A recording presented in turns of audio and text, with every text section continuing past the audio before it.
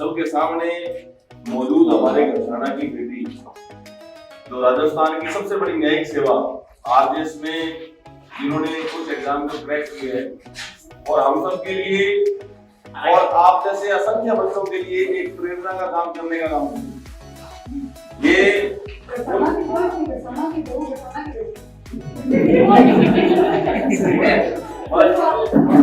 है और इस बात की मेरे को ज्यादा खुशी है। हर एक घरसाना वासी को खुशी है और हर एक यहाँ के जो नौजवान बच्चा है जो अपना भविष्य संवारने में लगा उसके लिए खुशी की बात है।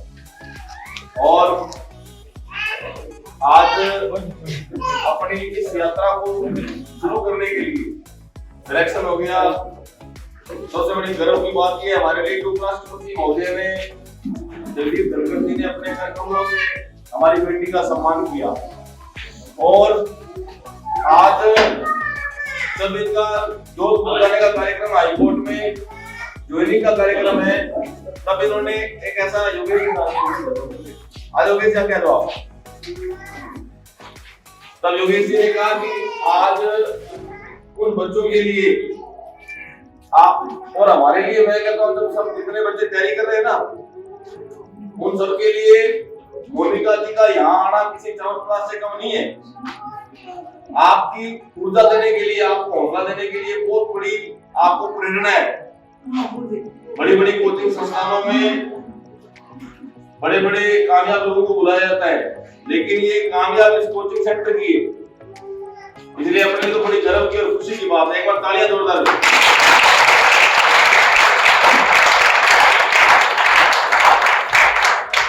आंटी जी खड़े हैं, आंटी जी के 3 बच्चे हैं और आज तीनों गवर्नमेंट जॉब में हैं और एक तो किंग मेकर है जिन्होंने पता नहीं कितने असंख्य बच्चों को जॉब में लगा दिया, दोनों बहनों को सपोर्ट किया। आज बहन ने भी अपने भाई का नाम रोशन किया, अपने परिवार का नाम रोशन किया। माफी लाल बैठे हैं और मोनिका के ससुर जी भी यहाँ बैठे हैं। इन सब के लिए बड़ी खुशी की बात है कि इस बच्ची ने एक कुल दीपक होता है जो कुल का नाम रोशन करता है, इसने 2 कुलों का नाम रोशन किया। और इस मौके पर राजस्थान न्यायिक सेवा के अंदर हमारी घरसाना की बेटी छोटी बहन शामिल हुई है। उसने इस बड़े एग्जाम को क्रैक करके ये साबित किया है कि आप भी कर सकते हैं। अगर आपकी बहन बेटी कर सकती है तो आप सब भी कर सकते हैं। और आज का ये कार्यक्रम आज ये ज्वाइनिंग करने जा रहे हैं, वहां जोधपुर जा रहे हैं और आज सब बच्चों से मिलने का कार्यक्रम बनाया योगेश जी ने कि एक बार सब बच्चों से मिलके जाएंगे ताकि हम सब बच्चों में एक नई ऊर्जा बढ़े। आप जिसकी भी तैयारी कर रहे हैं, चाहे ईओ की तैयारी कर रहे हैं, कोई सेक्रेटरी कर रहे हैं, किसी की तैयारी कर रहे हैं, तैयारी छोटी बड़ी नहीं होती, उसका तरीका कैसा है। सनराइज कोचिंग जैसा नाम है सनराइज वैसा ही काम किया आज तक घरसाना में। जब से सनराइज कोचिंग सेंटर ने नींव रखी है तब से पता नहीं कितने बच्चों को एक मंच मिला है। बाहर एक पोस्टर लगा हुआ है, शायद पोस्टर में फोटो 150-200 होगी लेकिन जिन बच्चों ने कोई रीट में लगे, कोई मास्टर लगे, पता नहीं कितने बच्चे हैं। सदूल जी हैं, संदीप है, ये बहुत सारे एक टीम है जिसने मिलके इस घरसाना को मंच दिए। अब तो अपने जिले की सबसे बड़ी कोचिंग सेंटर यही है अनूपपुर जिले की और अनूपपुर जिला बढ़ गया अपना। अनूपपुर जिले की सबसे बड़ी कोचिंग सेंटर कौन सी है जिसमें आप बैठे हो। और एक नया अब घरसाना अनूपपुर के बिल्कुल चिपता हुआ है जिले की और घरसाना भी एक तरक्की करेगा।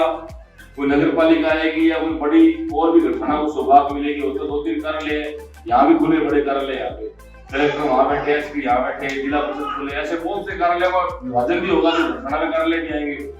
तो अब हम भी जिले वाले से हो गए। पहले गंगानगर जाते, गंगानगर तो बंदा ही नहीं था अपना, वहाँ पे बस में जाते थे, उतरे बस स्टैंड पर पेपर दिया, वापस बस में बैठे और आ गए। अब तो आधा घंटा पहले निकल लेना पेपर देने के लिए रुक कर, है ना।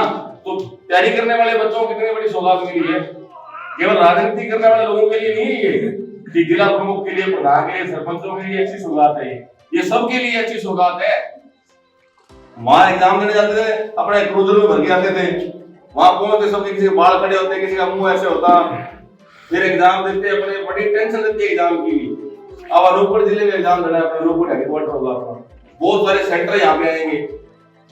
तो आज के इस कार्यक्रम में जो हमारे मुख्य हीरो हैं मोनिका जी, जिन्होंने हम सबके लिए प्रेरणा बनने का काम किया और इस घरसाना के बच्चों के लिए एक सूरज बनने का काम किया है। ये हमारे घरसाना का घरसाना रत्न है ये।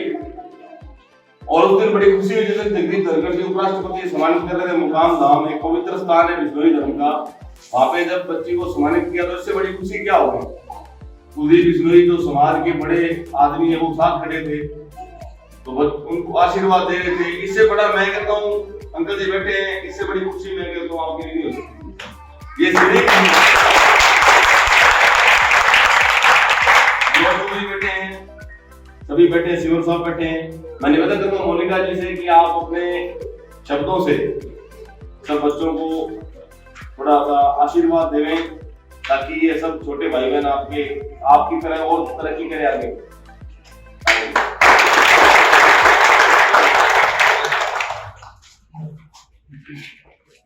सबसे पहले तो सभी को बहुत बहुत धन्यवाद। मेरे बड़े भैया, पिता समान मेरे भैया, उनको बहुत बहुत धन्यवाद। और सभी उपस्थित यहाँ मेरे छोटे बहन भाइयों को नमस्कार।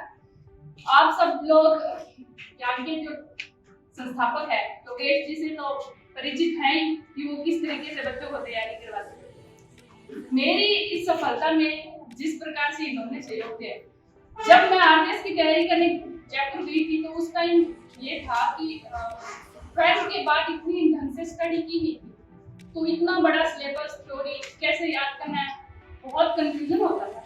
मैंने भैया के पास कॉल की, मैंने कहा भैया इतना बड़ा सिलेबस है, मैं एक चीज याद करती हूँ पीछे वाली मैं भूल जाती हूँ, मैं याद कैसे करूँ। तो भैया ने वो मेरे को एक तरीका बताया कि आपको अपने सिलेबस को किस तरीके से डिवाइड करना है और किस तरीके से उसको इस तरीके से कि हर एक महीने में हर एक सब्जेक्ट का रिवीजन हो।